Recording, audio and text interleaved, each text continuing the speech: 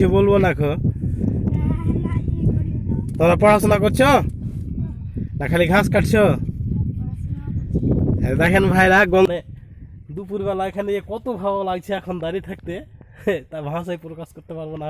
খুব সুন্দর দৃশ্য দেখেন এদিকে।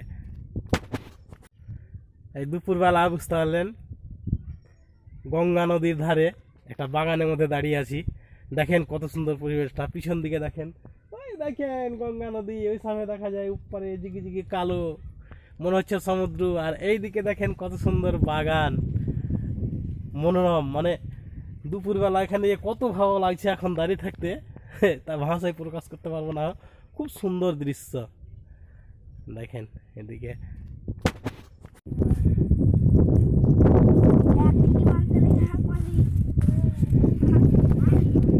বলবো না, কিছু বলবো না খো, তোমরা পড়াশোনা করছো না খালি ঘাস কাটছো? দেখেন ভাইরা গঙ্গা নদীর ধার একেবারে, বুঝতে পারলেন। এখানে ওই যে ছেলেগুলো সব ঘাস কাটতে এসছে, স্কুল থেকে এসে চলে এসছে ঘুরতে।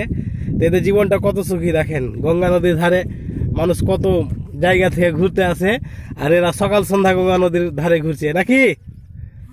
হ্যাঁ, ভালো লাগছে? হ্যাঁ, এদিকে এসো দেখাও, বলো সব দেখছে তোমাকে, ভালো লাগছে? তো খুব সুন্দর দৃশ্য দেখেন সামনের দিকে, এই যে পুরো এদিকে এদিকটা, আর এদিকটা দেখেন গঙ্গা নদী।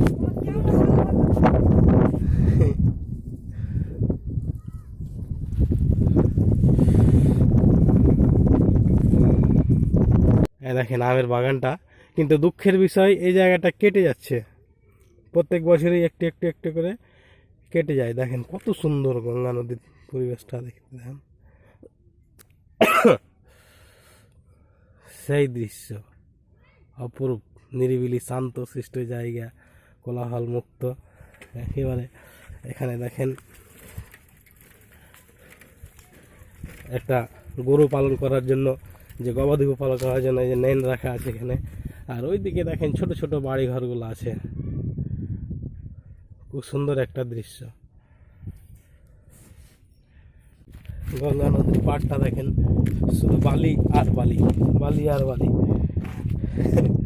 ওইদিকে দেখেন জল, এই জল, আর এইদিকে কোথাও জল কোথাও বালি, মানে বালির চড়া পড়ে গেছে।